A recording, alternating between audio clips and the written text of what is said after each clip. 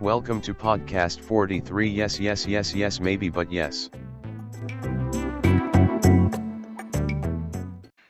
Now, welcome back to podcast 43. We're very excited to have some guests on the show. We have Real Insider News with us. If you guys want to introduce yourselves, go right ahead. I'm Jeff Hamill. Hi, and I'm Brandon Hamill. And hey, thanks for having us on. I'm super glad to be here. Yeah, we're happy to have you on. Yeah, thanks for coming on, guys. We'll start off with letting Brandon and Jeff kind of talk about what have you guys been watching in the past week or so. Go ahead, Brandon. Oh, Jeff, you don't want to lead this charge? Okay. Actually, I had kind of a stacked week getting ready for this, so I watched quite a few films. Should I just list them off? Yeah, yeah, you can do a little, talk a little bit about them, just kind of list them off rapid fire, yeah. Sure, yeah. So first thing I watched in the past week was Emerald Fennell's new film, which she was nominated for Best Director at the Golden Globes for, which is Promising Young Woman, starring Carey Mulligan. Yeah. Wow, Carey Mulligan really blew me away in this movie. I've only seen her in Drive before, where she has a pretty subdued role, pretty secondary. And her in the lead, she really killed it. She really brought a great performance. After that, sticking with the theme, I have one quick question. Did Bo Burnham surprise you? Bo Burnham did surprise me. Yeah. In a really pleasant way. I didn't know what to expect from his performance, but it was pretty believable. I've never really followed him that closely, and I know a lot of people really loved 8th Grade. I believe that was directed by him, right? Yeah, he directed it, yeah. And a lot of people really loved his comedy, but no, I thought he was great. After that, I went back a little bit and I watched Crouching Tiger, Hidden Dragon from 2000, which was actually pretty good. I mean, all of the wire effects aside, like when the fighting was grounded, the choreography was pretty great. The story more emotional and investing than I thought it would be. And I can kind of see where the whole cult of Ang Lee comes from after watching that, because I haven't watched many of his movies, and I know a lot of people really think a lot of them. Yeah. Well, Chris is a huge. I'm a big Ang Lee. I'm a Lee head. Yeah, I'm a big fan. I think that his Hulk movie is pretty good. And then also Billy. What? You have something to say? You have something to say, Jeff? I don't. We've all grown here. That one I know is divisive, but I do want to check it out now. Yeah, because Crouching Tiger, Hidden Dragon was pretty great. I had a lot of fun with it. Yeah. I just wanted to say one more thing. A severely underwatched film of his that I like is Billy Lynn's Long Halftime Walk from I think 2016. That one he's been really crazy about like shooting films in like really high frame rates. So I think the movie was shot at like 120 frames per second or something, and I think Gemini Man similarly was that frame rate, but I don't know, kind of an underseen one. So was slow-mo? No slow-mo, surprisingly, like barely any in that film, if I remember. Is the lead Ty Sheridan? No, Ty Sheridan isn't in that movie, I don't think. Oh, he's not? Kristen Stewart's in it, and Steve Martin's in it. I wanted to see that one when it came out, because didn't they shoot it on IMAX cameras? Yeah, they did. Okay, yeah. Like I said, definitely interested in checking out the rest of his filmography, because he seems to be a filmmaker that tries to make his own style and strive for his own sort of signature look, especially with the frame rate, which is really interesting. And, good or bad, that could just be an enriching watch regardless, because it's so different. Yeah. After that, thanks to my mom, I watched Grown Ups 2, which is completely unremarkable, and I don't have much to say about it other than I gave it 1 out of 10. And also the movie opens with a deer pissing on Adam Sandler's face, and at that point, you're pretty good to check out. So there you go. I watched Black Klansman, which was my first Spike Lee joint.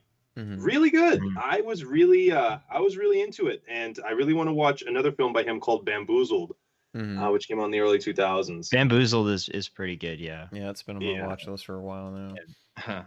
I think I do need to check that out, because I am a big fan of satire, and especially in terms of the filmmaking business in Hollywood. I'm always good for that.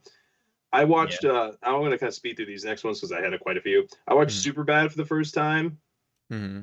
My cousin really wanted me to watch that. He's been kind of worshiping that movie. It was okay. Film to worship.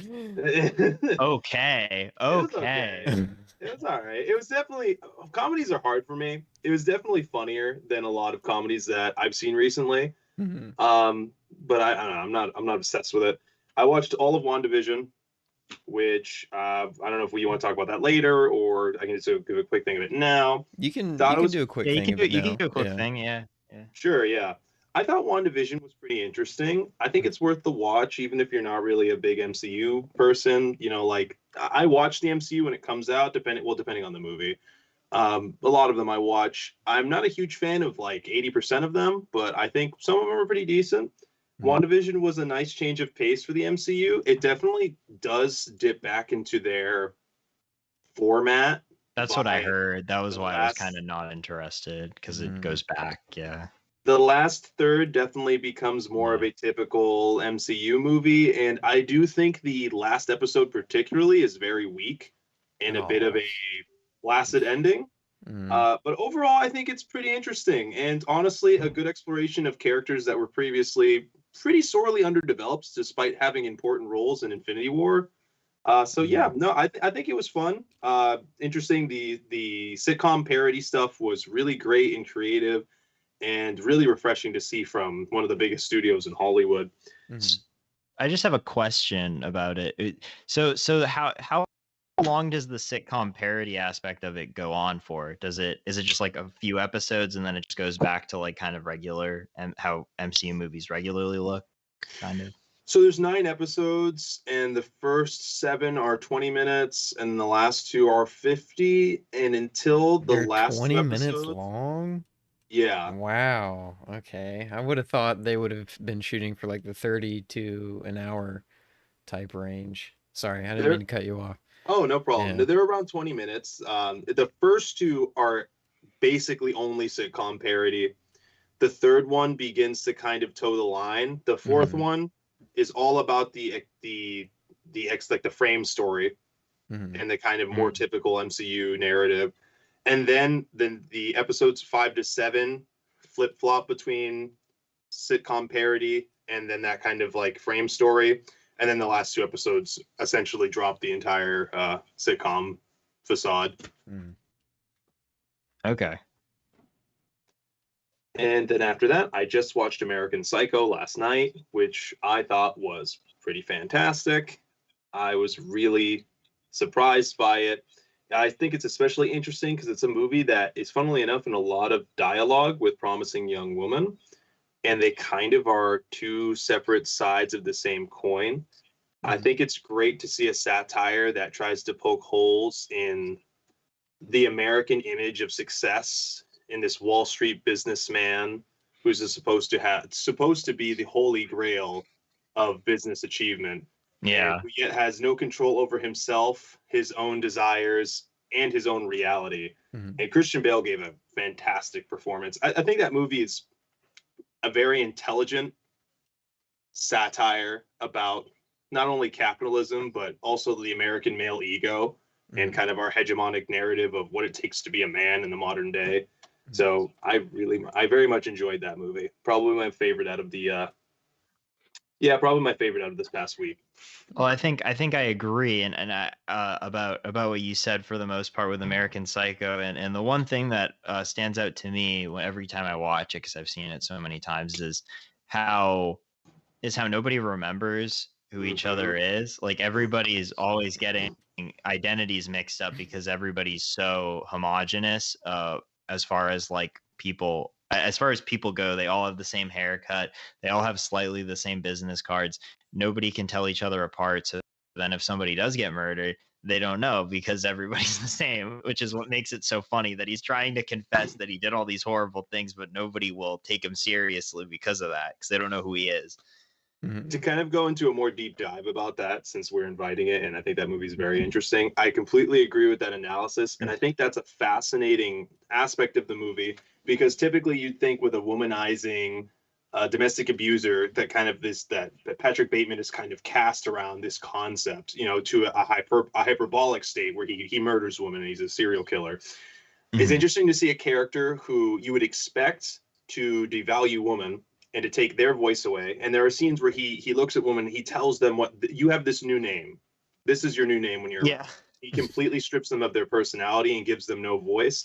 But yet the same thing happens to him, because as you said, at the end of the movie, when he's attempting to admit to his wrongdoing, nobody takes him seriously. Nobody has any value in what he says. In fact, barely anybody remembers him, what he's done. And you learn through a sly comment from one of the characters at the end of the movie that people talk shit about him behind his back. So he even doesn't have the reputation he thought he had.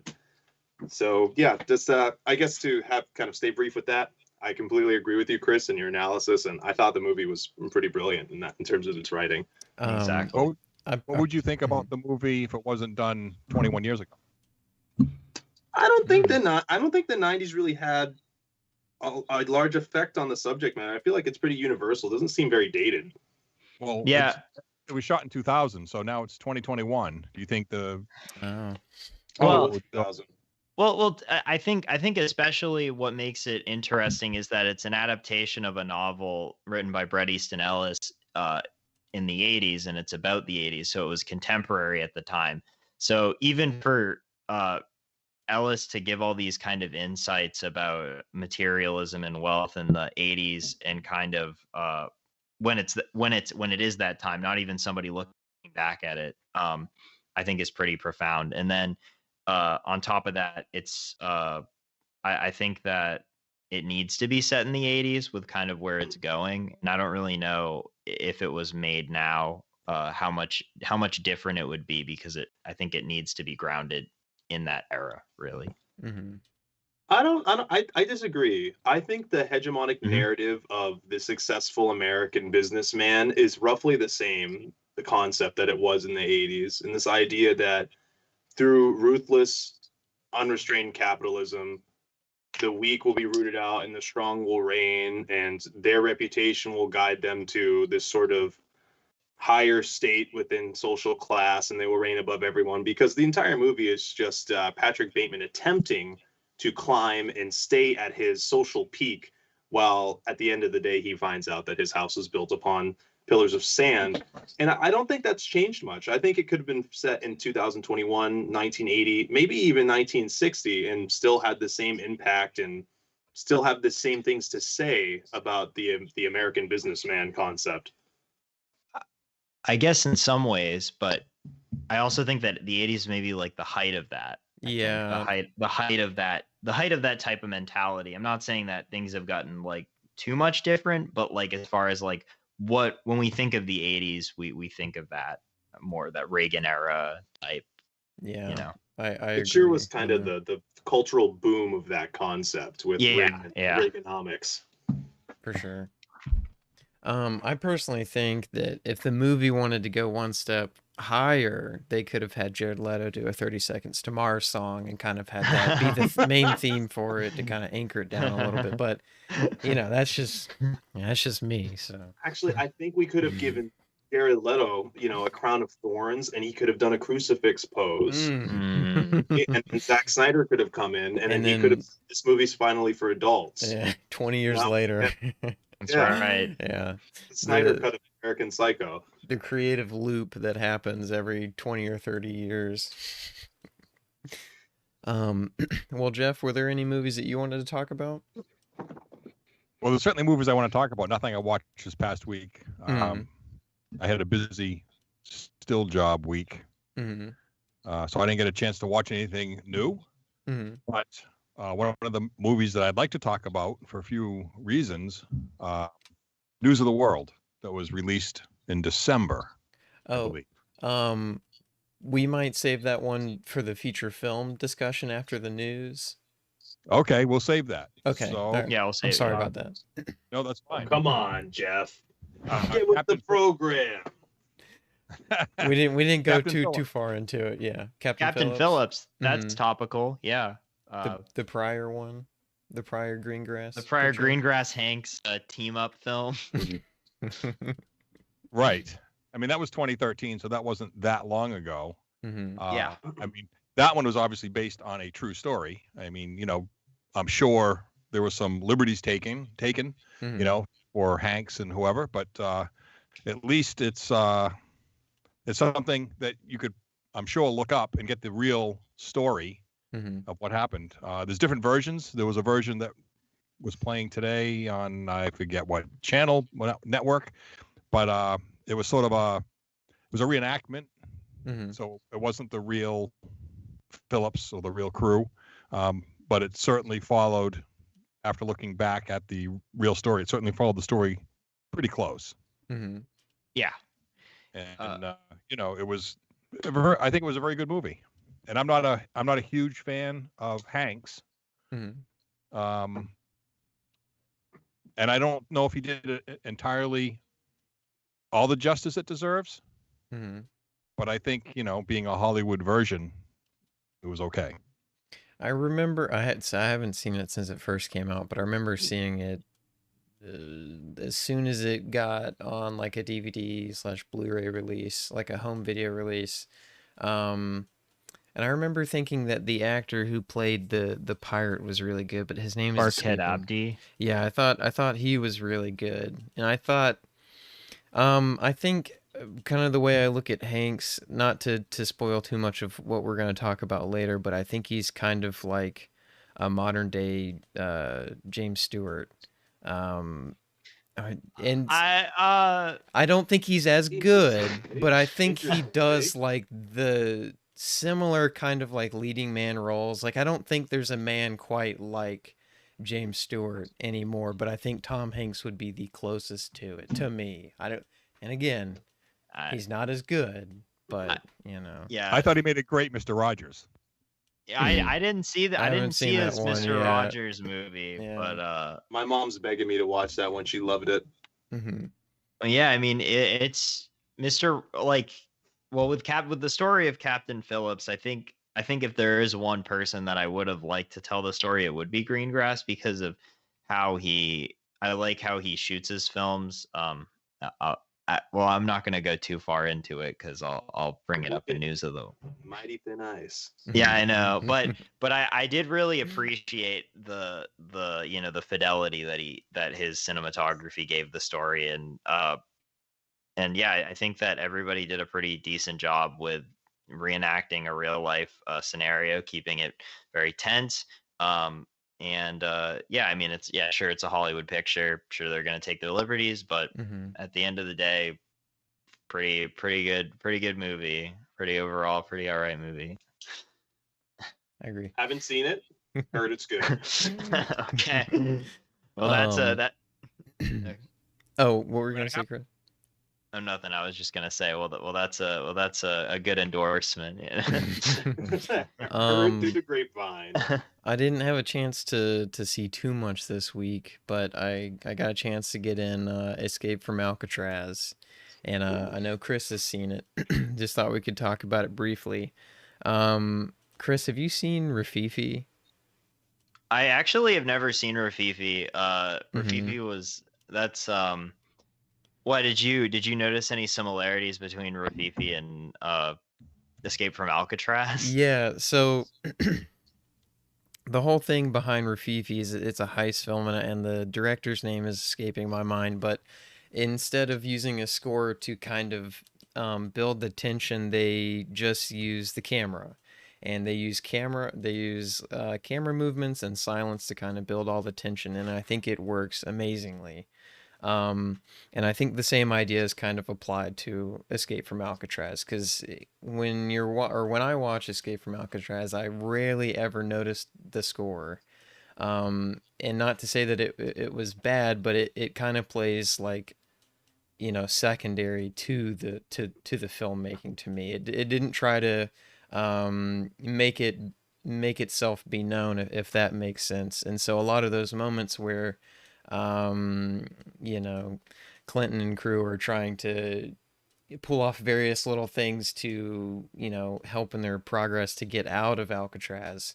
It's mainly silent, and they're going off of the sounds of the prison and just like the ambient noises of the guards walking and other inmates, clanging on stuff and stuff like that. So that was like the biggest thing that I noticed while watching the film. But I thought it was decent. Yeah, well, that's the surprising thing is that it's kind of different from Don Siegel's like other Eastwood outing, where Mhm. like when I think of Dirty Harry, I think of the music, especially that opening theme, as kind of standing out a lot more. Mhm. And to take it in a different direction with Escape from Alcatraz is pretty cool. Mhm. Overall, yeah, I do enjoy Escape from Alcatraz. It's just kind of like one of those. Well, yet again, another movie that's based on a true story Mhm. about people that were able to escape from Alcatraz. Yeah. But The three but men that were able to do it.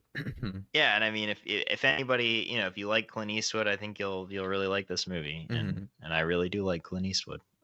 Well, what I would like to know, so when Clint Eastwood directs, he gives you one or two takes and then you move on. Yeah, I wonder when he was acting in this or any of his movies, I wonder, especially when once he became a big star, was he the one leading the charge and say, you've got it? Mhm.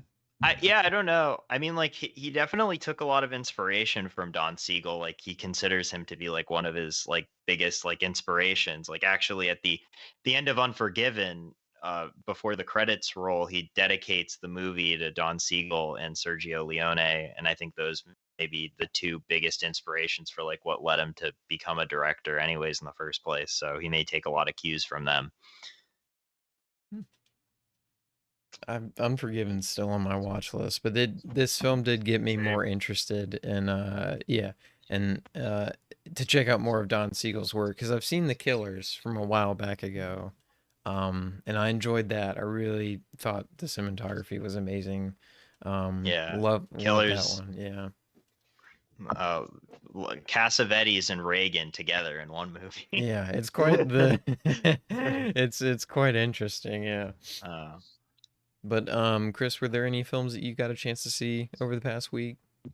oh my God, I watched a lot of movies this week. At the beginning I was working on papers and stuff, so I didn't really get much in other than some shorts. But Mm-hmm. I'd say the thing that's really been on my mind is Peter Bogdanovich's 2018 documentary on Buster Keaton, The Great Buster, A Celebration.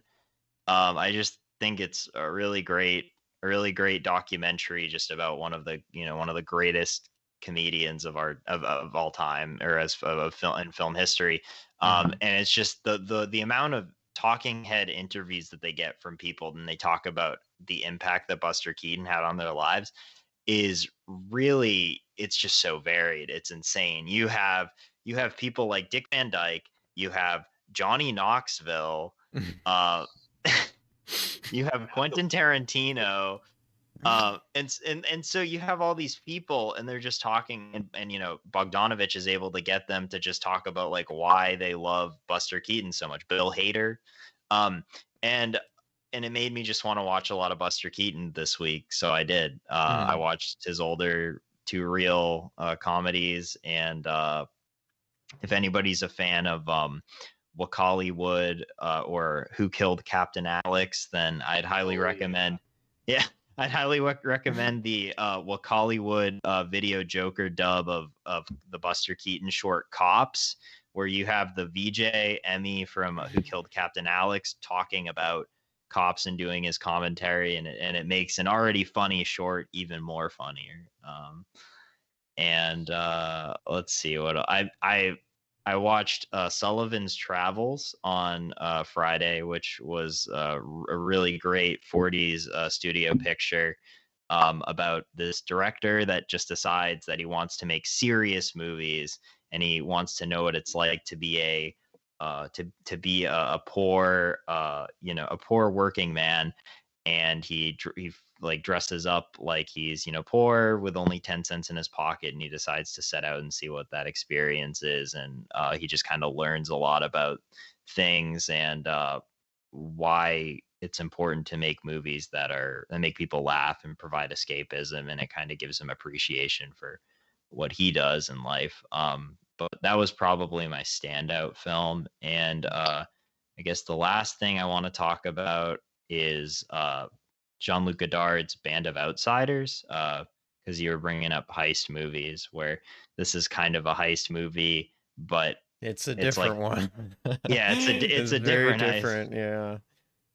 Oh, so you've seen it? I actually watched it in preparation because last semester I was having to write a final paper for English, and I was going to write it all on Jean-Luc Godard. And so that was part of my prep work. And then I ended up switching it to Charlie Kaufman, but I did get that one in. I remember the ending the most. Other than that, I don't remember too much. Other than that. It's kind of looking at the people that idolize those types of heist pulp action movies and stuff, but they're also just incredibly. It's just a half-brain scheme of like stealing a bunch of money. It's not very thought out, and they're just complete losers. But they think that they're really cool, and I think that Godard is one of my favorite directors because he always delivers that sense of cynicism with his films, where where he's showing you something, and he has all these like deeply political beliefs, but he also likes to look at those beliefs and make fun of them and be like, haha, look at how extreme and ridiculous this is. And Godard is someone that loves cinema. You know, he grew up or he got a name for himself writing about cinema with Cahiers de Cinema, you know, in the 50s before he made films. So clearly these are personal characters to him, but they're just they're such losers. Like, it's just a very funny, cynical film, and I liked it a lot. If I remember correctly, the ending fight goes on for like 4 minutes, right? Yeah. Okay. It goes on for it's quite something. But yeah. Are we ready to move into the news? The news of the world. Yeah, the news of the world. Before the news of the world, we'll get to Podcast 43's news of the industry. Haha. I like that. Yeah. Switched it. Alice Eve, who was previously in Star Trek Into Darkness, if I believe, she's set to star in a movie called The Queen Mary, which is based on the famous ship. It will be directed by Gary Shore, who previously did Dracula Untold. Yes. Yeah.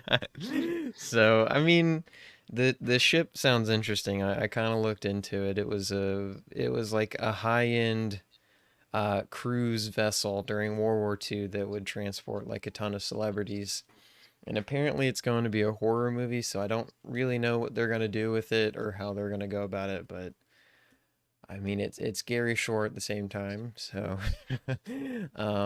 interesting premise. Yeah. Eli Roth is continuing to build out his cast for Borderlands, and he cast, I hope I get this right, Ariana Greenblatt as Tiny Tina. Next we have a new Netflix anthology series called Roar, which is from the creators of Glow, and will also have Glow alumni Allison Brie in it. It will also have Nicole Kidman, Marek Weaver, I want to say, and Cynthia Erivo. And then next up, in MCU news, Melissa McCarthy is joining the cast of Thor: Love and Thunder, What? which is interesting to me. Melissa McCarthy and Taika. Let's see it. There's more Melissa McCarthy news later on, so she popped up a few times this week. Ridley Scott is moving along with his Napoleon drama called Kit Bag, and is now in early talks to have Jodie Comer come along. The Dungeons and Dragons movie is also building out its cast as well, with getting Hugh Grant and Sophia Lillis, which she was in It Part 1. That's where people might know her from. In trailers, we had The Oak Room, which is a new thriller starring RJ Might from Breaking Bad, which will be out August 24th. There's a new film called Voyagers from the Limitless director Neil Berger. It will star Ty Sheridan, Colin Farrell, and Lily Rose Depp. That one is out April 9th. And then we have a new Tom Clancy adaptation with Michael B. Jordan, and it's called Without Remorse. It will be out on Amazon April 30th.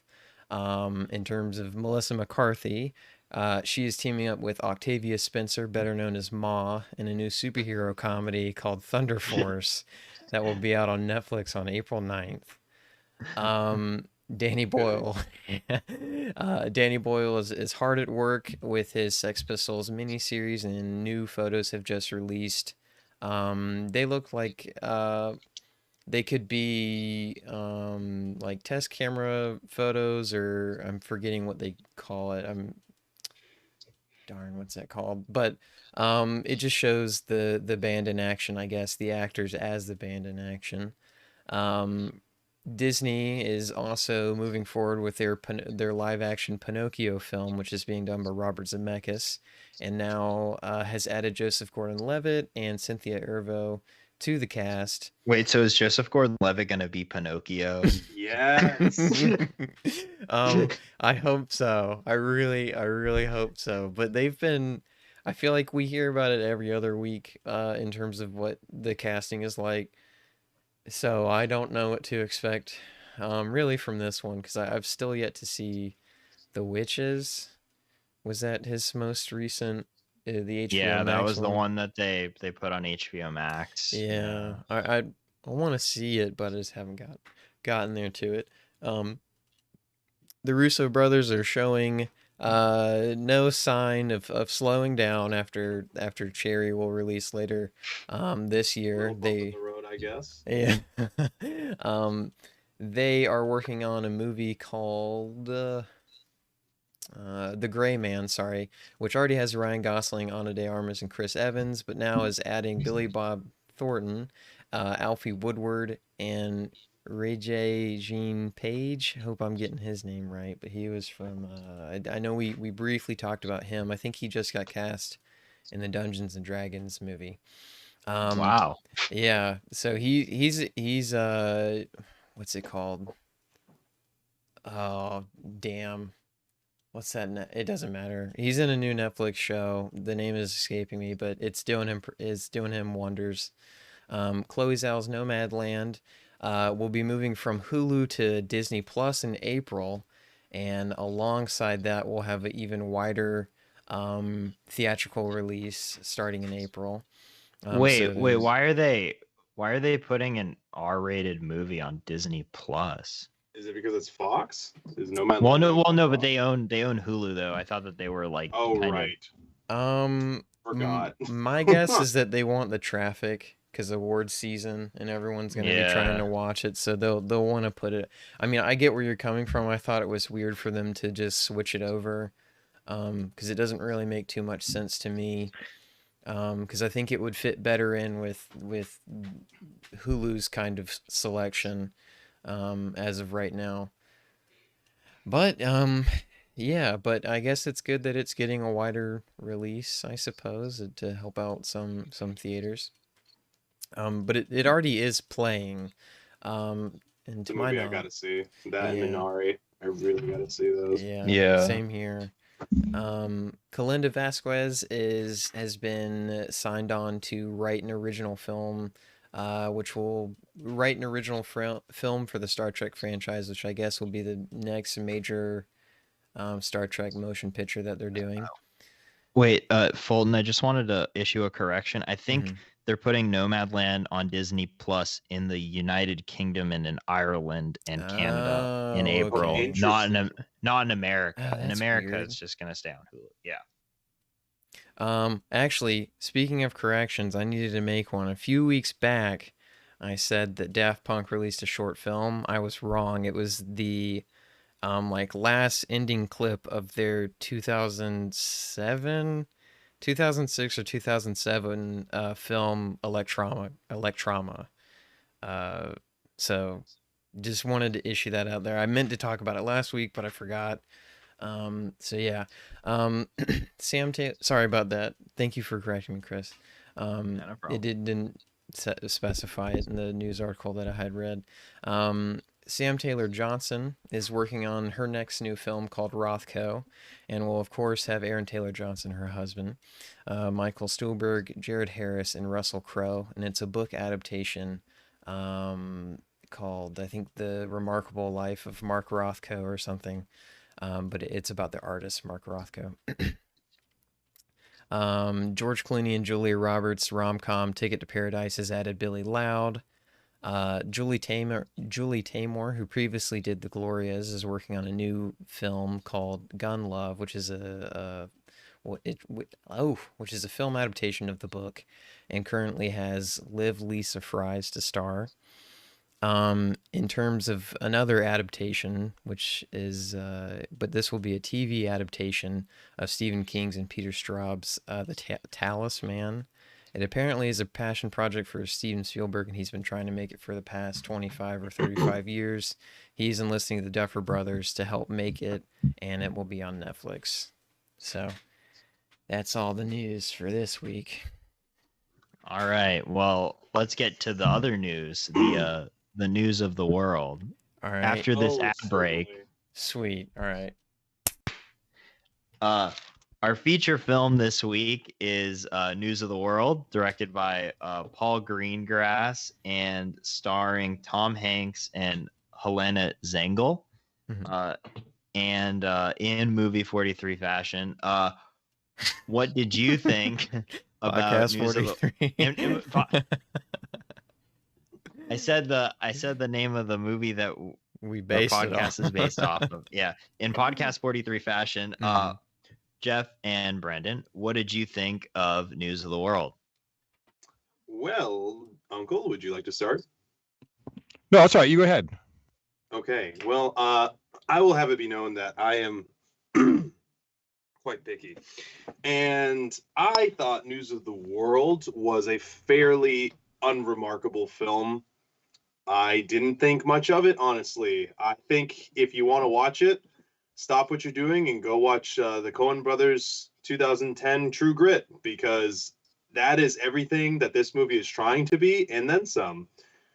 Yeah, I was fairly unimpressed by it. I think the cinematography is quite bland. I think the story is quite banal. A little dull and predictable. And yeah, we'll get more into that. So what do you guys think? Just to throw something else in there, I thought the score was quite, I didn't think it was necessarily bad, but I didn't really think it really supported it and kind of helped push in those emotional areas or in emotional moments where I think it kind of needed a score to kind of push it a little bit further. And those like tense moments that the score should have like really kind of swelled. I don't know. I just thought it was okay as well. What about you, Uncle? I thought it was more of a made-for-TV type movie. I don't see it as a feature film. I think releasing it on demand was certainly the route to go, because I think if they released this in the theaters, if theaters had been open, it would have went right to DVD. It would have went right to streaming. Yeah, it was totally, mostly fiction. And I thought the cinematography was amateurish. I thought the lighting was. I think the lighting was terrible, and to cover some of the bad photography, and I hate to talk bad about any gaffer. I don't really know Orlando Hernandez, and I'm sure he was just taking his direction from the DP. But every scene. In fact, my wife mentioned it. She commented on it. Why is every scene so hazy, so smoky? Why does it always look like it's smoke filled? And that's typically, if you do it right, you set a mood. But if you do it all the time, you're just trying to cover something, and I don't know what that is. And there were times when they were inside, and I thought, it's not. Let me just say that it's not always easy to make a fire flicker look real, because when using electronics, you just can't, and then the way the camera views it, it's just really not the same. Even if you shot a real burning fire and recorded it, it's still going to look off. So having said that, I thought all the gas lamps or kerosene lamps or whatever they're supposed to be just look terrible. Really, I appreciated that part. I thought that the lighting overall was kind of was lacking because there were a lot of scenes where I couldn't see what was going on at all. Like you just hear people screaming and you hear gunshots and you're just kind of like, oh, okay, well there's something happening, but I can't see anything. But I did appreciate some of the natural lighting with the color timing of the oranges in the indoor scenes in some parts at least. But I wouldn't say it was terrible. But you know better than me as somebody that works in lighting. Well, again, I know it's always about time and budget. There's always limitations. It just seemed to me like it was hurried. Everything was hurried. The story, the acting,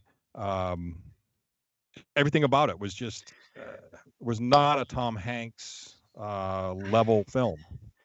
Sorry. You're saying something? I was just gonna kind of give my little spiel, just kind of. So I don't know. My expectations weren't really high. I like Paul Greengrass. I think he's a pretty good studio director. Like, he's made some good films that I enjoy. Like United 93 or Captain Phillips is pretty all right for what it is. But what I think that this lacked compared to his other films is that he's the king of shaky cam action, and this, it felt like he said, I want to use a tripod now, and I think it could have some of that visceral action some of those visceral action sequences, which I would say are still like that shootout with the girl and Tom, where the girl and Tom Hanks team up. That's probably the best part of the movie, in my opinion. Scene.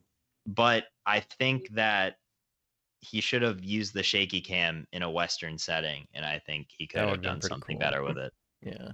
I mean, I don't know. The shaky cam has been done to death. Maybe not throughout the whole movie, but maybe certain scenes or parts of certain scees. He could have used something to make it, because there was nothing else interesting to watch. Something hadn't given energy. It seems to me, what is Paul Greengrass is what? British? What is he? I could have swore he's American. Well, no, he was born in England. Oh, okay. Oh, wow. He's an American now. But this just this just reminds me of the Doctrine of Discovery, where they have some lost meandering Native Americans sort of walking left to right through the frame, and the young German girl who was raised by natives for a short period of time, because obviously she's not that old, gets the, I don't know if it was a chief or elder, to give her a horse. But I mean, come on, I expected the news of the world. I expected from the title that it was going to be something about the discovery of the world and the inhabitants. Yeah. Something like that. Not some jackass goes around, reading the newspaper. I kind of enjoyed that. I kind of enjoyed how he would go town to town and he would read the newspaper and tell people stories because they were either illiterate or didn't want to read the newspaper. I think they could have done more. Chris, I do kind of agree. I do like it. I think they could have done more with it, because he is acting as a surrogate for these people, and he could, which I think, just a spoiler warning, I guess he does kind of use his influence as a storyteller in one scene in Arath County. I'm rolling my eyes at that scene. I know people can't tell, but I'm absolutely rolling my eyes at that scene. Yeah, but that's the only time he ever uses the influence as a storyteller, other than, I guess, winning over Johanna. Yeah, Johanna. Yeah. I think, because I thought that was where my mind was going. I was like, okay, what are they gonna say with him being kind of like a Western newscaster? Like, I was like, there's a good bit there that they could have gone in with it. But just to throw something out there super quick, it honestly reminded me a ton of I want to say it was from 2017 or 2018. There was a movie with Christian Bale called Hostels. Yeah, that was 2017. I want to say. 2017. Yeah, it reminds me like exactly of it, where you have like a modern Western, and I think there's so much that can be done there, and it just doesn't really do much with anything that it's got. But I don't want to. I thought News of the World was okay. I thought it was pretty much exactly what I expected it to be, being a modern Tom Hanks movie. And not to sound too harsh on Tom Hanks, I think he's good. I think he's just like, he plays these everyday man type role things. So I think he just took the money. I didn't see any character development there. Yeah. Everything was shallow. He took that money. Yeah. It just seemed like the story was rushed. It seems like, shallow characters. What character did they really even develop throughout the movie? Would you mind if I touched upon that? Yeah, sure. go right ahead. Go ahead. Actually, I was thinking a lot about that, and my problem with this movie is kind of fourfold. One, I think the cinematography was really bland, and to give a brief example, every time they were on the road traveling, and Paul Greengrass and the DP were going to establish that they were on the long western roads, they would do a big drone shot, sometimes with a bunch of CGI cows, which looked awful. Yeah. And then they would go into like a full shot behind the carriage. And they did that like 5 times in the movie. And it's like, can't you think of a more creative way to introduce this scene? I understand film school would teach you, establish the shot with a wide shot, go into a full shot, then go medium shots or conversation. But it just felt like it was pumped out of a factory, the way those scenes were introduced. So that speaks for itself there. For one, when I review movies, I'm very focused on the writing. The script is the most important part to me, typically. Mm-hmm. And this script is poorly structured and has really awful pacing. Mm-hmm. I think the episodic style of this movie didn't help it whatsoever. There was a really great lack of central conflict. And like Jeff's saying, what character developed? So if you compare this to True Grit, we had Rooster Cogburn, played by Jeff Bridges, which was amazing in True Grit, where he is this depraved, drunken has-been who is then thrust into action once again because of the narrative, and you see him become more of a human once again after his interactions with the girl in that movie. So there was actually a very large arc for him. Now, Captain Kidd in this movie, portrayed by Tom Hanks, starts the movie as a pretty good guy, and then by the end just is continuing to be that good guy who just kind of had a hard time with the death of his wife. There's not a lot of dynamicism there. It's not very interesting. The only like loop that I see play out, and there's one scene that I'm thinking of in particular where he's like, a kid is talking to Johanna and he's like, you got to keep going forward. And then Johanna literally says, that's not true. You have to recognize the past and then move forward.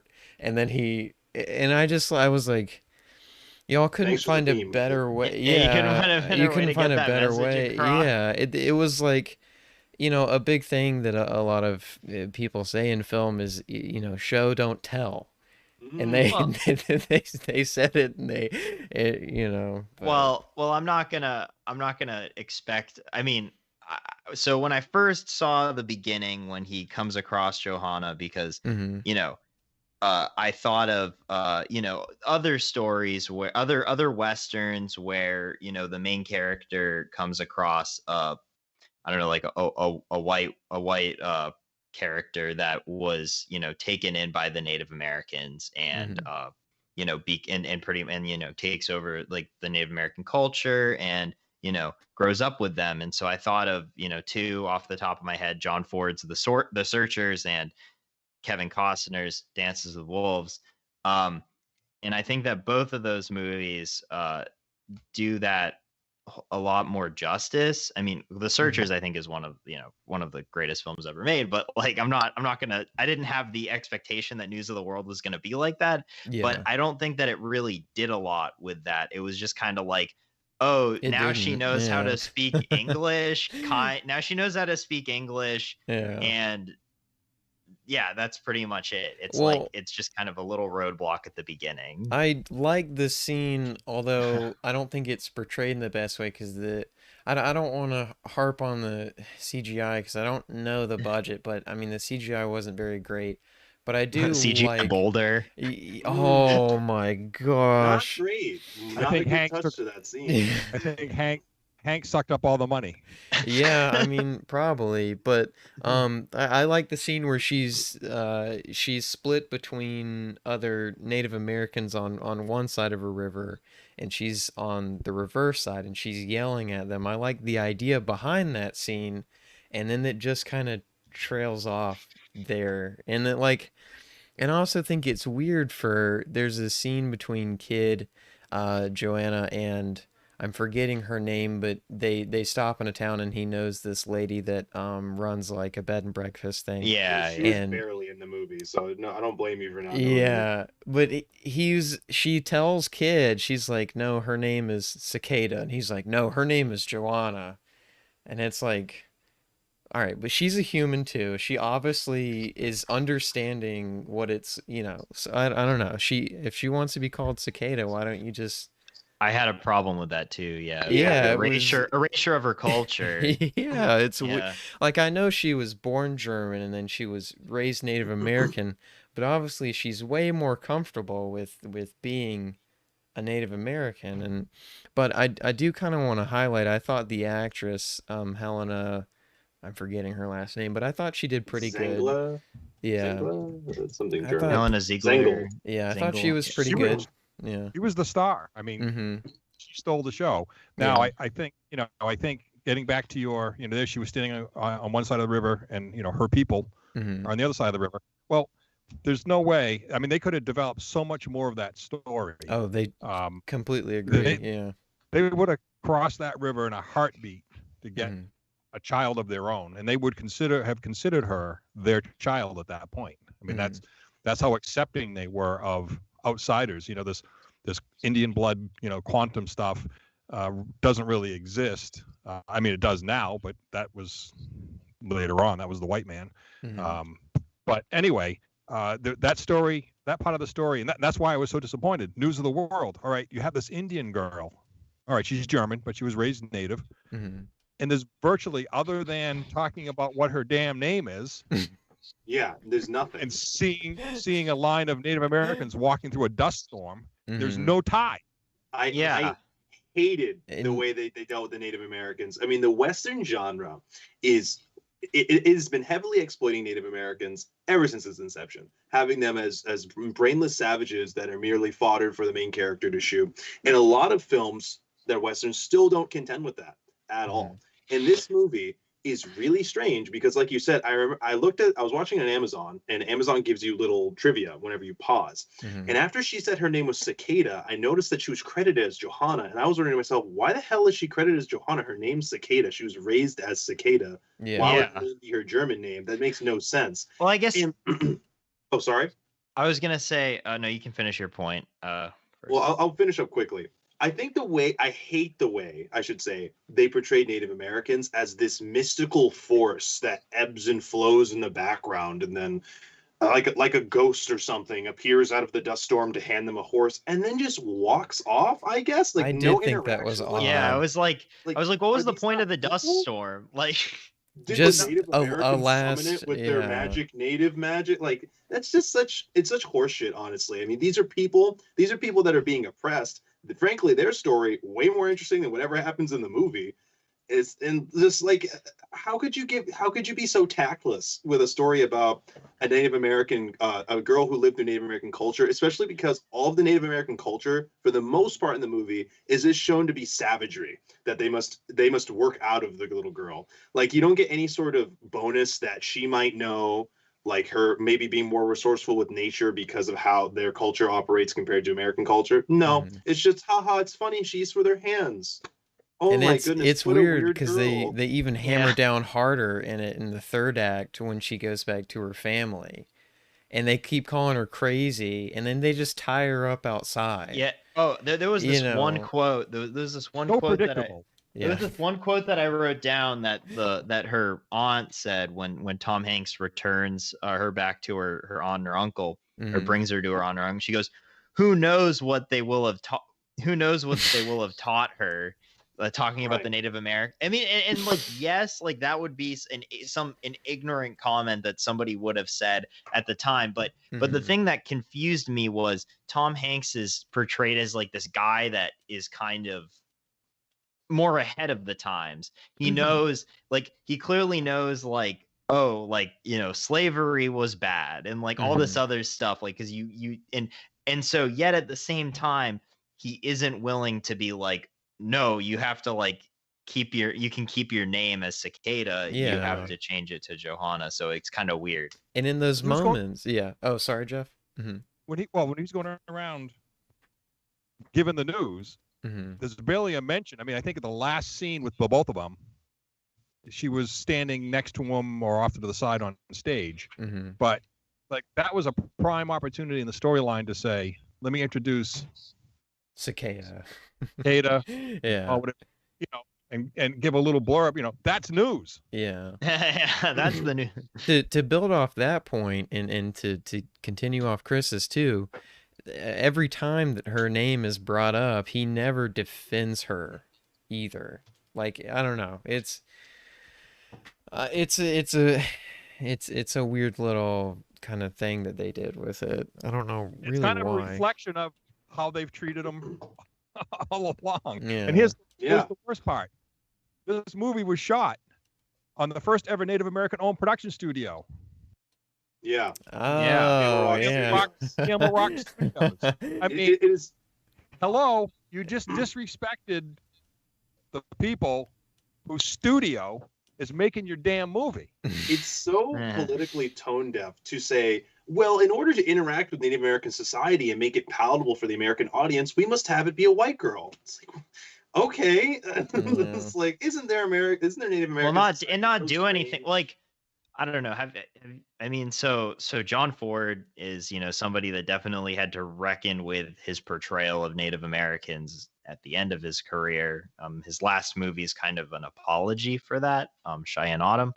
But I also think that in Ford's movies, there's still a lot of themes about that type of, you know, those dynamics of the West and kind of like how characters can evolve and change. And I think The Searchers is a really good look at that, because you have somebody that's very ignorant, John Wayne's character, and he kind of is kind of set in his ways, and he has to go save Natalie Wood, who was kidnapped by the Native Americans and, you know, made that culture her own, and kind of has this distaste for them in the same way that the chief has the distaste for the white man. And then they come together and they kind of realize that, you know, both of these are, you know, both sides of the same coin and stuff. And I don't see any growth. I wish that there were more Native Americans in this film, because there really aren't any other than the couple scenes that we brought up.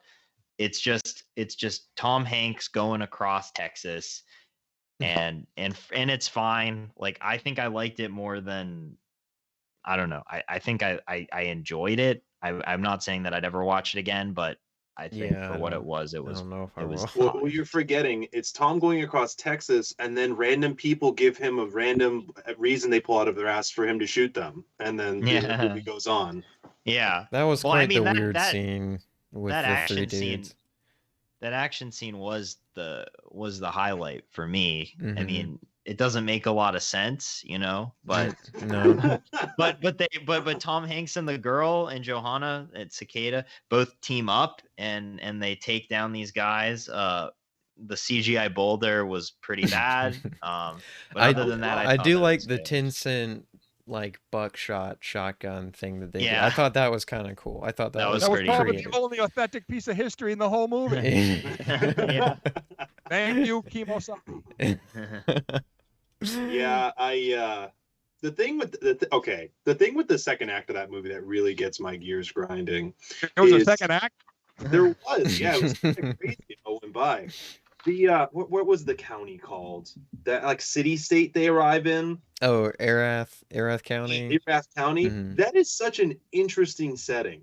And I really wish more of the movie was put there, because we have the Reconstruction era, which is honestly a period of American history which our media doesn't really go into a lot, but a really interesting, tumultuous time after. Very interesting. Mhm. Yeah, and to see the Southern perspective of these northern invaders are coming and taking over our land, and we just have to shut up about it, or else the Union's going to blow us away. Really interesting. And then this idea that a county is becoming a sort of city state and almost having a second what's the word I'm looking for here? A second secession from the Union.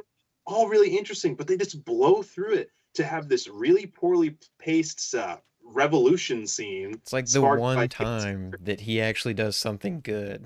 To me, people ask, why did the Western die? Why did it come out of favor? And it's because of movies like this. Because because you need to make it. I think that the Western is something that I've had more of an affinity for in the past year or two. Like I've definitely appreciated them more and more from like a standpoint of American history, but they died because now the only Westerns that come out are movies like this, or they're usually geared towards the older crowd, the people that grew up watching, Bonanza and Gunsmoke and or like 65 and like, oh, look, these two old actors that I really like are in this Western. And I mean, there are some good ones, like you bring up the True Grit remake that the Coen brothers did, or the Hateful Eight and stuff, but they're very, very far in between of what the genre used to be. This was more like F Troop. It's more like F Troop from a Western watching expert. Just to build off what Brandon was saying, I think it's funny that during this Reconstruction era, the most you get to see of the nation divided is like, that man's wrong. Don't say that. That's it. We're blue. Yeah. The blue's gotten him muddy or something, and it's just like, again, y'all couldn't done it. You can. There's nothing else you could throw in there or something. It also in the second act, this blew me away. So you have that cringy revolution scene, which had no basis. It felt absolutely unbelievable for Tom Hanks' character to be doing that and risking his life, because the margin of success there would have been so slim.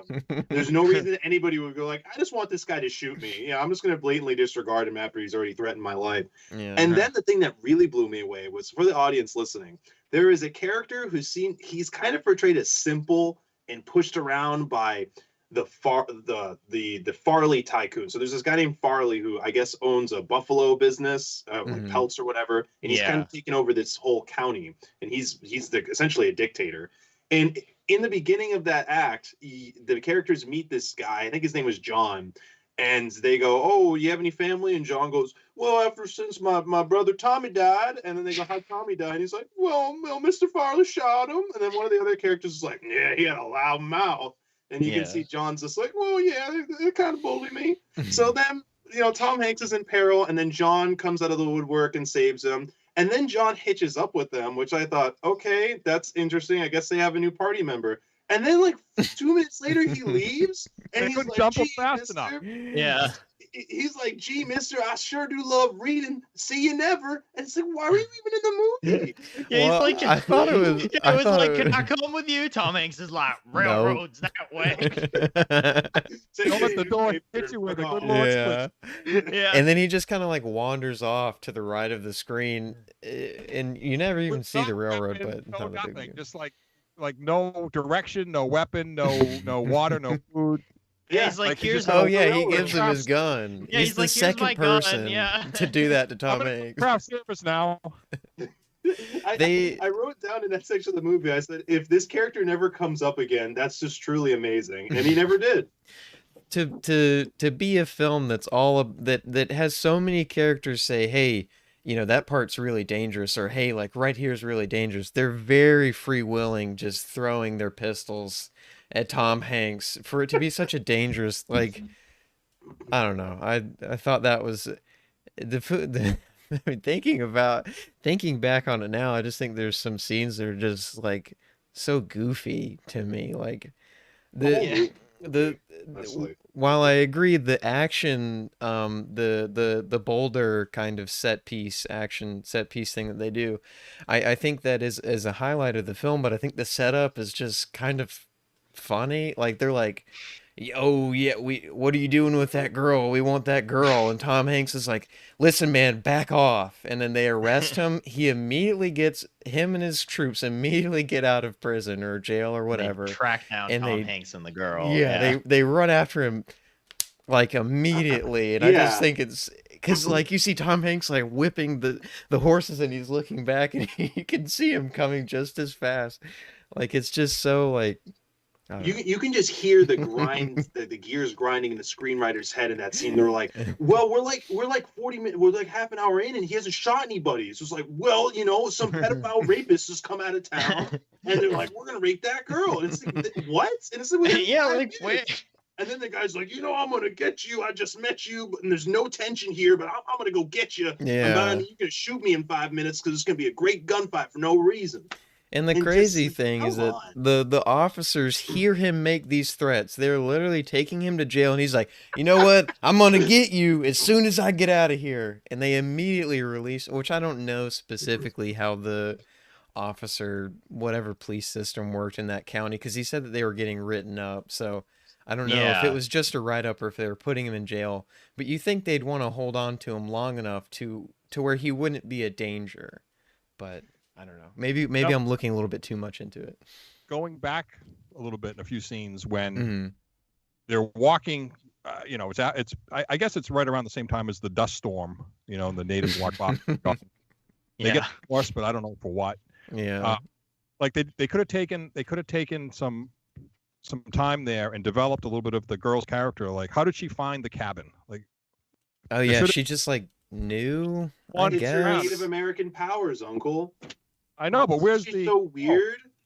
I know the elk or the bison, path is near my cabin. I can follow. What? I mean, she just shows up. They have no real story other than she finds a old stuffed animal. I believe it was. It was a little, a little like corn husk thing. That's right, a corn husk doll, their version of a stuffed animal, and there was no I don't know, no sentiment of the cabin. I mean, she sort of walked in, looked around, and took her doll and out of here. Yeah, I thought the blood stains, the aged blood stains. I thought that was a nice way to kind of show the brutality, but then that's it. And like you said, that was kind of it. Yeah. No, no going over and touching the wall where the blood stains are. There was no relationship between any characters and the blood on the wall. Yeah. There's just or the cabin for that matter. I don't know. I just thought this was worse than made for a radio script. Made for radio. I haven't done those in a while, I don't think, unless you're listening to Prairie Home Companion. To talk on that Dust Bowl or Dust Storm little moment, I think that was just supposed to be like a last threat before the ending of the movie, but it lasts like a few seconds. I mean, I say threat with air quotes because it's not.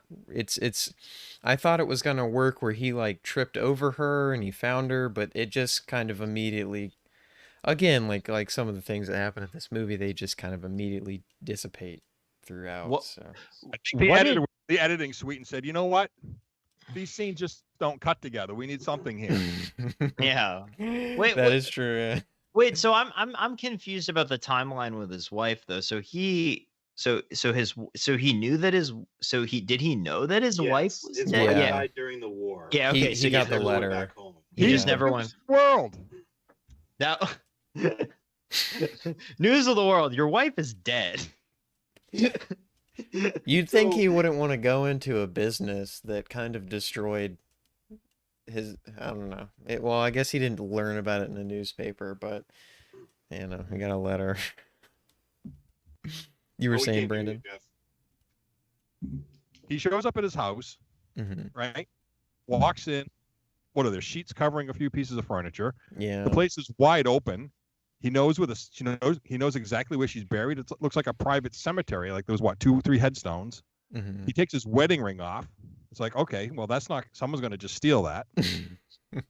I mean, probably gold, but just didn't shed a tear. Very cold. I just don't. I think he teared up a little bit, but I don't know if any. I don't remember if any tears ran down his face. But there's like that was this one dust scene. eyes. Hmm. Eh, Oh That yeah. was still the dust. He's trying to clear. Yeah. Everything in this movie is just so half-assed, especially in that scene. Mhm. So he's at his wife's grave. We're getting the first great moment of his character. Ah, yes, let's have a really interesting story here. A man has a dead wife. Now he is sad. I've never seen this one before. So you already have a really uninteresting premise for that third act. He goes up to the grave, and I remember he pulls out a locket. And Mhm. the thought that shot into my mind was, oh yes, this locket we've totally seen before. Oh, this sentimental object that he's constantly Yeah. referenced and you've seen with the film. It comes out of nowhere, and he takes out his wedding ring, puts it down, and that's the end. And then, oh, I have now contended with my character's dark past, and I can move forward. I did Yeah. think it Wow. was a little funny when he's talking to either the pastor or his friend, and he's like, "You know what? We lived and she died." I was like, why Yeah, why that was would you really, say that was really that? beautiful. That was poetic. Yeah. I was like, why? We are Obviously, alive. yeah. She is no longer. He basically looked at him and was like, I don't know, get good, get over it. Yeah. Yeah, I dude, mean, get over your wife's death, bro. Why are you so sad? He kinda It's looked at been Tom, he's like, 5 "Kinda years, cringe, though." man. It was just like why on earth would it's just such a weird little another weird little moment. And then they try to they've got to do something. Tom Hanks can't be by himself, and he like gets back to Johanna like immediately.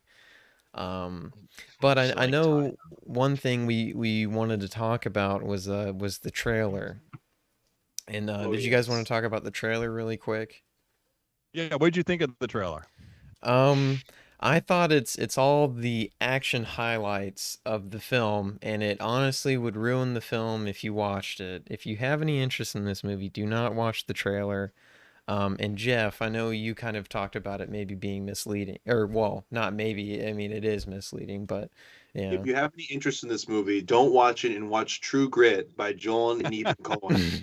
There you I mean, go, there's just There's a that. scene. There's a scene in the trailer where he asks her if she knows how to ride or something like that, Yeah. where she jumps on the hole, and that's not even in the movie. Yeah. Which that would have been a better iteration of that scene where he's like, "No, my name is Captain." Like them actually like getting to know each other. You have a more, Yeah. I think, a more dynamic scene there in the trailer, which I don't really, I've never understood why films do that. I understand there's been few directors that have taken scenes and kind of chosen that shot but from a different angle, so you don't feel like you're really watching the same thing when you're watching the movie. I think that's kind of a fresh way to do a trailer, but when you have this one, I mean, it's literally the story beat like exactly to a T. It's just like a 2-minute version of the movie. It's the Cliff Note version. Yeah, exactly, yeah. And it's and I think we talked about this before we started recording, and Jeff, I want to say you said that it makes it seem like it's a more intense movie than it might actually be, which is also misleading too. It's something that really retroactively struck me because I watched the movie then watched the trailer because I don't like to watch trailers before movies because Yeah, I find that same they're here. often spoilery and Too I just like going in blind. But one thing that cracked me up and was emblematic of the lack of character development for Kid, Tom Hanks's character, is in the trailer. There's a shot of him with Joanna, Mhm. and superimposed over that is a line from him where he says, I don't know how to take care of a child or something along those lines. And you get no inkling of that from the movie. He is empathetic. He is a gentle, like father figure. Immediately, Yeah. the only difference is they are able to talk more by the end of the movie. Yeah. You get Yeah, no sense that he can't handle kids. Yeah, he's like, I don't know how to take care of a child. And then like the lady that runs the inn at that one scene, she's like, well, she's alive, so there's that. You're doing a decent job, I suppose. It really makes me think. I don't know. Talking about this with all of you guys now, how isolated a lot of pieces of dialogue are quite comical. That's what I'm saying. It's just like, it's just kind of goofy. Like Even standalone, they don't work. Never mind. Yeah. All sewn It's still together into a conceived. In the movie. context, It's yeah. a poorly written together movie. It just feels like they wrote down 8 bullet points and they're like, just get to these, and that's the scripts. Just Tom do it. Hanks, The West.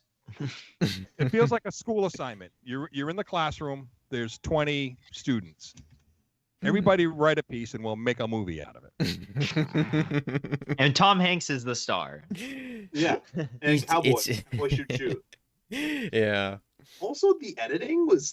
I don't think the editing was particularly that bad, the whole movie. I think it was kind of bland. But in that reunion scene, so of course they have to have a scene where they're separated, and then they have to have a reunion because it's a Hollywood movie with two characters who have a relationship over the course of the film. So predictable. So in their reunion scene, it lasts like a minute too long, and there are so many shots of it cutting between Tom Hanks looking at Johanna, and then Johanna looking at Captain Kidd looking back at her. Oh, we get another shot. Okay, now we're going to do the reverse shot. They did it like 6 times, and I remember thinking, like, just fucking hug already.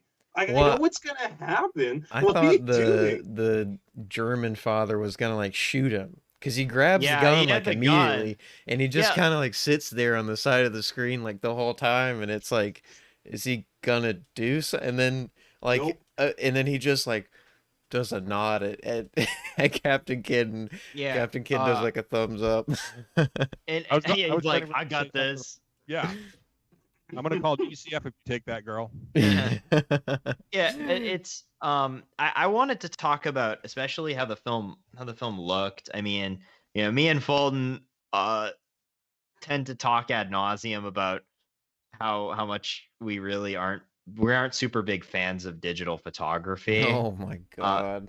And how but it's like you watch all these like old like Technicolor westerns from like the 50s, so good, and you're like holy shit, this looks like incredible. Like, you know, CinemaScope, VistaVision, whatever they call it, because they have all these names back in the day. They look amazing, and they capture the color of that landscape so well. This is just dull. It's just kind of like subdued. I'd like to comment on that. Yeah. When I started off in film. Yeah. There was a real art to it. Oh yeah. Now, when that film was running through the gate, that was like $50 bills running through there. So everybody had to be ready. Everybody had to know what their function was. I mean, everybody in the crew, everybody, you know, regardless, the actors, I mean, everything had to be ready to go. And the whole hierarchy of the crew was different. Like the DP was the god just below the director. So the director would talk to the DP. The DP would send that information, you know, mostly to the gaffer and then through the crew. But everybody had respect for the person that they were working under. So really, the only one that knew whether they had the shot or not was the DP, because he was looking through the lens. Nowadays, there's a monitor set up. We call it Video Village. And it's almost like a village of idiots. Everybody can sit there and watch it. Everybody can make a comment. Everybody can make a suggestion. You know, it's like it's like you know, decision by jury. The art is just, I mean, all right, the CGI, the boulder, I guess that's a different kind of art, but the art of filmmaking has been lost through not using film. I think I agree with you. Yeah. I think there's a few exceptions, but for the most part, I do really agree. Like, the one that kind of comes to mind, although I wish he would shoot on film, I know he's never going to, is David Lynch. He's not going to shoot on film again because he likes the freedom and flexibility of digital filmmaking. And I mean, at least he does something with it, like with Inland Empire. But... Yeah, like I still really, really appreciate all of the digital stuff that he's done. So I think he's kind of one of the rare outliers in that to me. But yeah, I had never thought about, you know, how everyone kind of had to be really, really ready to go because they were wasting money if they weren't getting those shots. I think that's a really interesting idea. Yeah. I mean, now we say there's only one way to shoot this. That's both ways. Yeah. Because you get to cover. Yeah. When you shot film, you had to know what you were shooting. You couldn't just shoot to shoot. And now, being digital, Well, just being digital, it's like, you're storing it on an SD card. Yeah, you might have to dump the SD card, give it to the, the tech or whatever, whoever's going to download it, and put another card in. But as far as money, it's not the same. And I think because of that, I think Brandon and I have talked about this. The other side to that is, I guess, because everybody can be a DP nowadays, that, you might find a hidden gem, but it's still, you might, but still, I think the whole art, the process of filmmaking as an art is gone. Counterpoint to that, I am a big champion of digital filmmaking, actually, because I like how it democratizes filmmaking, because it is cheaper and you can get more films out there. And you can still have very beautiful films shot on digital. It is not necessarily emblematic of the fact that they're using digital that the films look bland and gray. That's just a lack of creativity on the color team, the set designs part. I mean, this movie's color palette is just boring. But if you look at a movie like Whiplash, shot on digital, that movie's gorgeous, vibrant, good. Yeah. Blade beautiful. Runner 2049. Moonlight was shot digitally, one digital camera. That But who movie shot- is breathtaking. Well, exactly. Yeah, you need a good DP. You need a good Well, DP, yeah. But I think you need a DP with a background in film. Okay, I could see that. That's the art. I mean, really. I think, I agree. So I think you just kind of made the, strengthen the point that I was making, that, with digital, anybody can go out and shoot something, which is great. Again, you might find a hidden gem, but I think the true art of filmmaking isn't there anymore.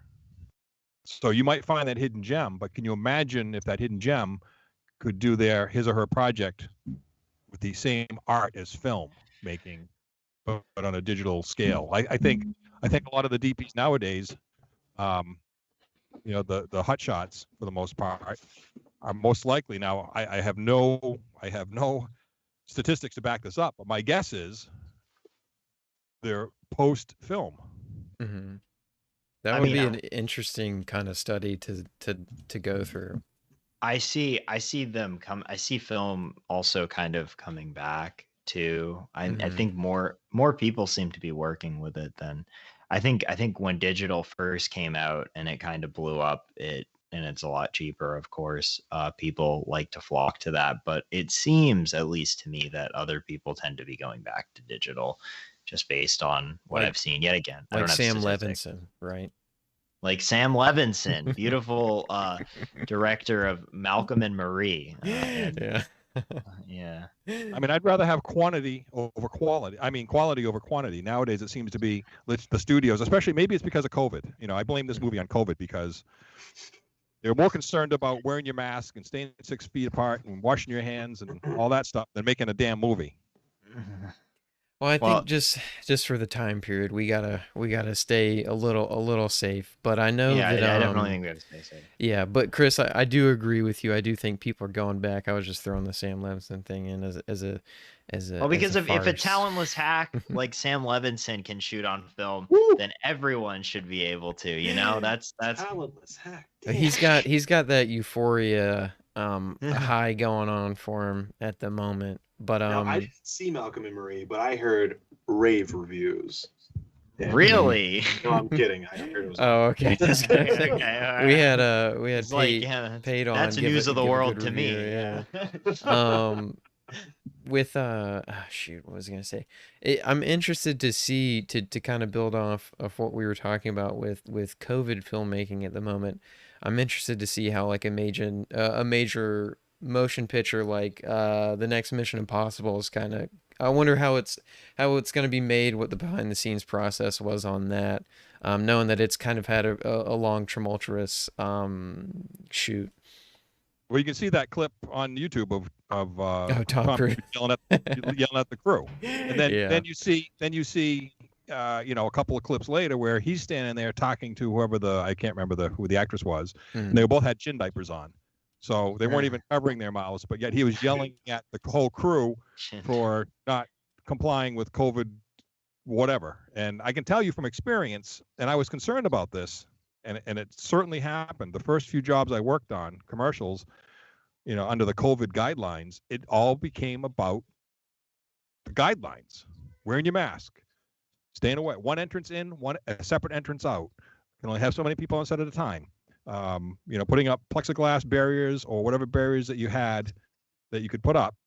And it became less about the art, such as it is in digital, but it became less about the product of making a good commercial than of COVID. Now, recently, it's starting to shift a little bit. I think with the hopes of people on, getting vaccinated and, you're a little more educated. You've been through, it's been about a year now. You've been wearing a mask and, all that stuff. So now it's starting to, yes, you're still cautious and you're still careful, but now it's starting to shift back to, let's make a good product.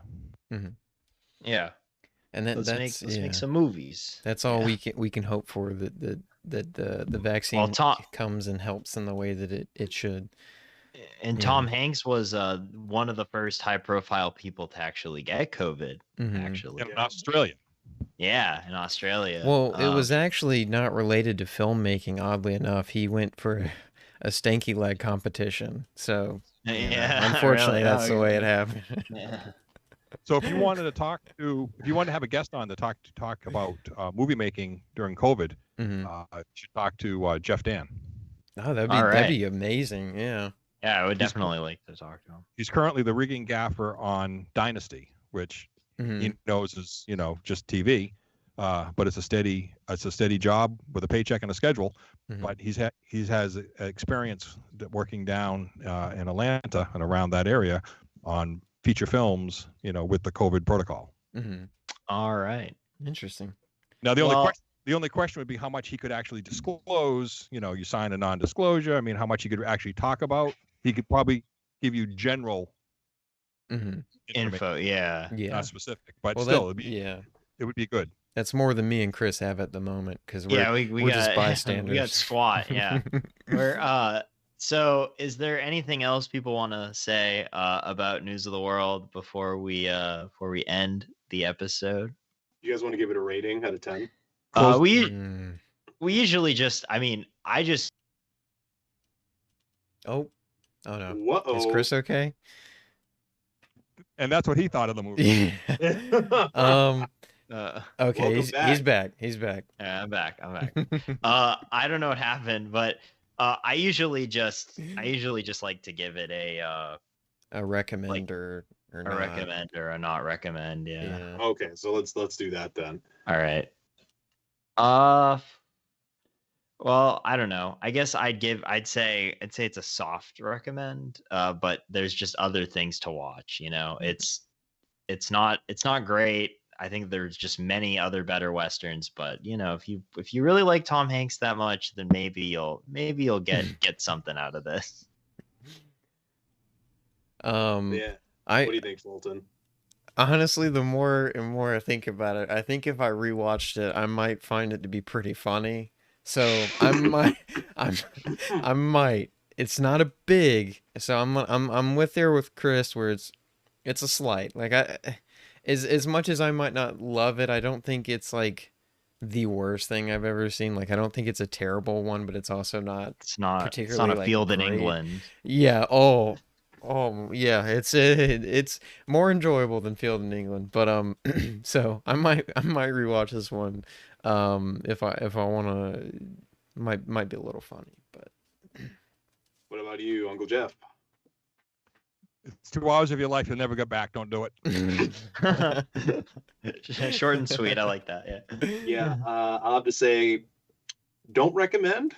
Extremely bland. If you want to watch this, go watch 2010's True Grit.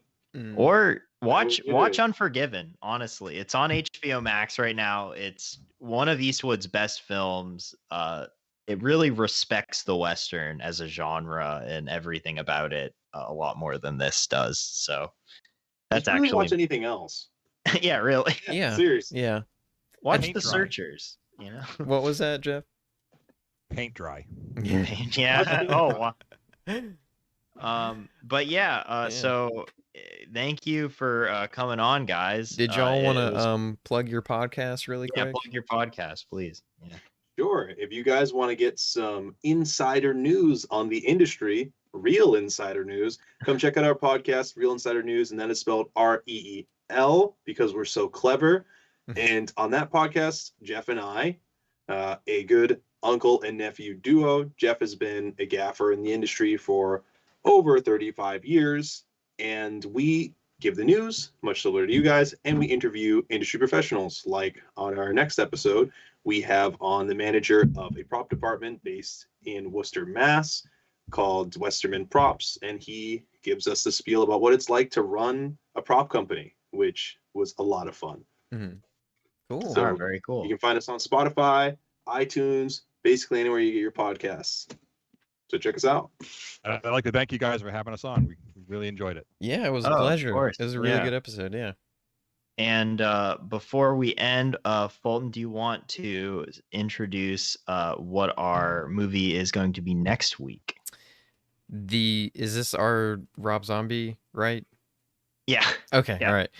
Next week's feature film is Devil Rejects, and we will Devil's Rejects. Oh, The Devil's Oops, I'm sorry.